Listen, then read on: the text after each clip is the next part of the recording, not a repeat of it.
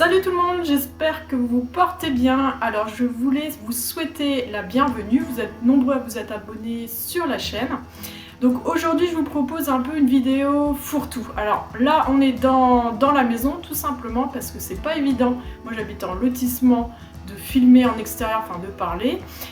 Donc je vous fais cette petite intro et puis après je vous ferai une petite voix off. On va faire le tour du jardin, je vais vous montrer l'évolution du potager. Donc le potager qui fait à peu près 20 mètres carrés, c'est celui qu'on a mis en place le mois dernier. Et on va voir qu'est-ce qui a poussé ou pas. Puis je vous montrerai tout ce qu'on a fait cette semaine, notamment un sirop de menthe, c'est très facile à réaliser. Et puis je vous présenterai notre ami Didier Deschamps, donc c'est un peu la création confinement de la famille. Donc on va aller voir tout ça. Allez, c'est parti. Alors, ce qu'on va faire aujourd'hui, je vais vous présenter, déjà faire un petit tour dans le jardin. Là c'est les fraisiers, ça y est, ça commence. Je pense à Mandarine qui a déjà récolté ses premières fraises. Moi il faut savoir que mes parents qui habitent dans le sud Finistère aussi. Mais nous c'est pas pour tout de suite, c'est pour dans 15 jours, 3 semaines. Donc l'objet de la vidéo c'était aussi pour vous montrer donc, la zone que j'ai mise en place il y a moins d'un mois. Donc qu'est-ce qu'on peut avoir sur un potager mis en place il y a un mois? On va aller voir ça de plus près. Mais en attendant je vais vous faire les présentations. Alors ici c'est Didier Deschamps, alors c'est les enfants qui l'ont appelé comme ça, donc il ira sur notre terrain, notre grand champ, mais en attendant il surveille les patates. Donc je l'ai vraiment fabriqué avec toutes sortes de récup que j'avais à la maison, un vieux jean d'enfant et puis un petit bout de tissu, un peu de toile de jute. Donc ici j'ai repiqué donc des blettes que je protège quand même la nuit contre les limaces. Et ici, on peut voir tout ce qui est patates. Alors, on voit bien que la pomme de terre, ça pousse quand même super vite. J'ai même repaillé une deuxième fois. Donc là, je les ai mises en place il y a moins de 3 semaines. J'ai plus la date en tête.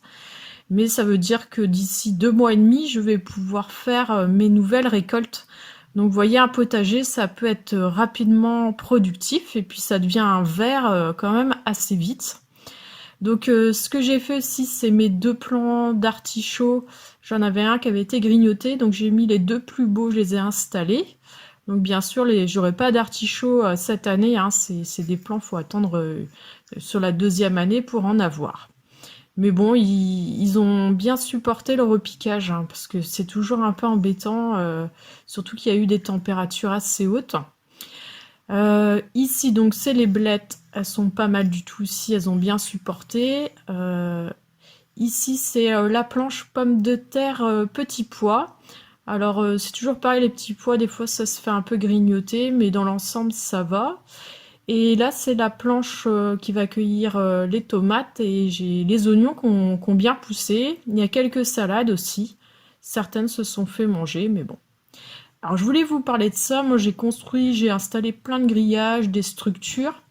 Je vais tenter la Milpa. Donc c'est une association de légumes qui permet d'avoir une bonne production sur un petit espace. Donc j'ai mis mes maïs à cet endroit-là, et il va y avoir des cornichons en même temps et aussi des courges. Donc j'ai aussi réinstallé toutes mes betteraves. Donc pareil, je mets une petite protection plastique dessus pour la nuit. Donc là c'est l'installation donc sur une autre planche dans un autre bac du maïs. Je vous conseille vraiment de regarder, soit de faire ça en fin de journée, les repiquages, soit comme là c'était un temps gris, ça stresse un petit peu moins les plantes. Donc dans ce bac potager, je mettrai des haricots. Alors c'est pour ça que j'ai fait en semis les maïs. C'est parce que ça met quand même du temps à pousser par rapport aux haricots. Et donc les haricots, j'attends 15 jours et puis je viendrai semer les graines. Autre chose que je voulais vous montrer. Alors là, c'est le bac, si vous voulez, qui fait sa vie. Je n'ai absolument rien planté dans ce bac. Alors j'avais tenté un semis de carottes, mais c'est pas évident les carottes, hein, il y a des fois ça fonctionne pas.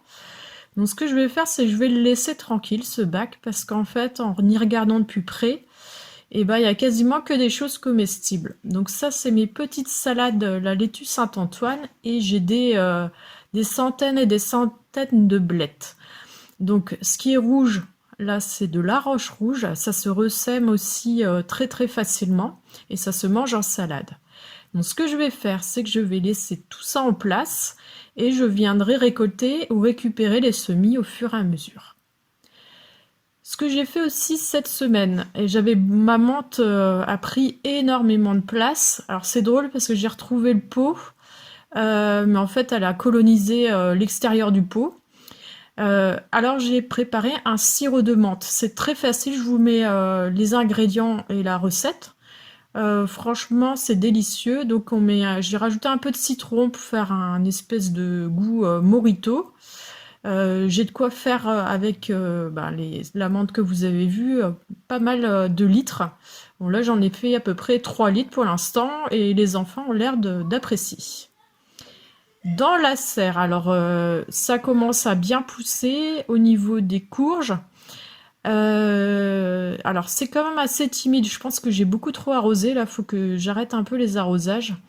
Mais bon, on voit que ça y est, ça commence à sortir.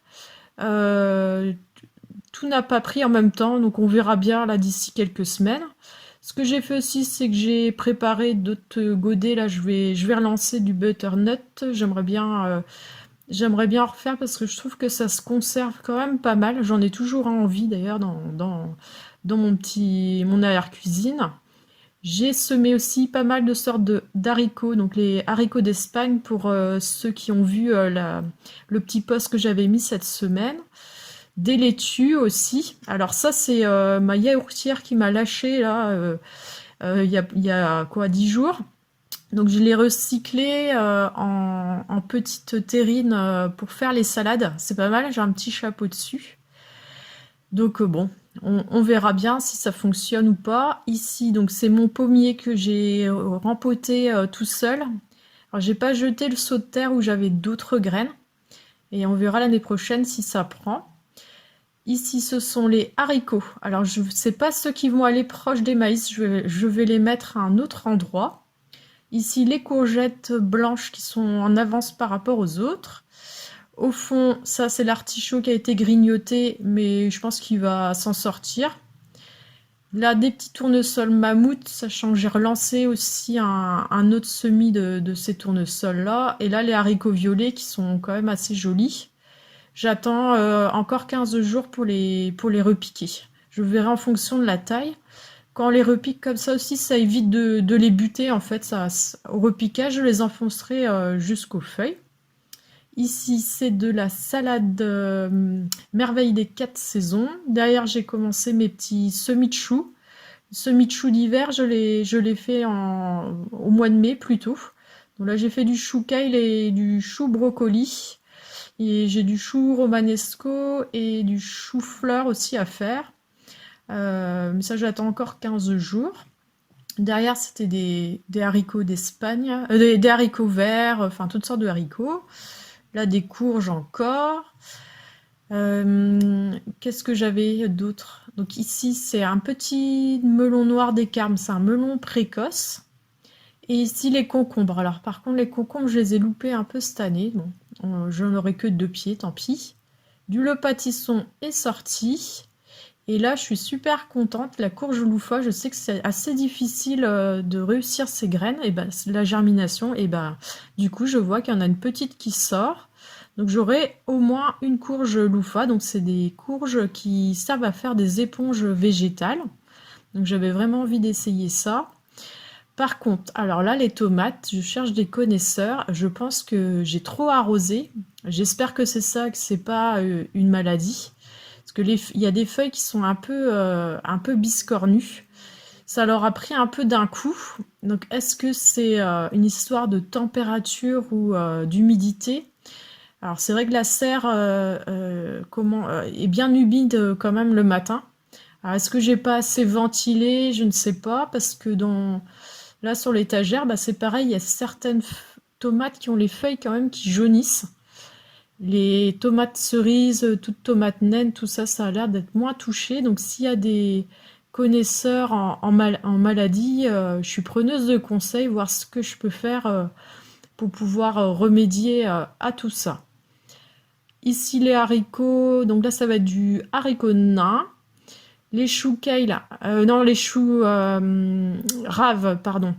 Ceux-là, j'attends un petit peu aussi pour les mettre dehors. J'attends encore qu'il y ait 2 nouvelles feuilles. J'attends qu'ils grandissent un petit peu. Donc on dit 5-6 feuilles pour pouvoir repiquer ce genre de choux. Et ici, donc, ce sont les poireaux. Pareil, j'attends avant de les diviser. Alors ça sera des poireaux d'hiver. Moi, je mange très peu de poireaux. Enfin, j'en mange même pas l'été. Donc, ça m'intéresse pas d'en avoir l'été, mais pour l'hiver.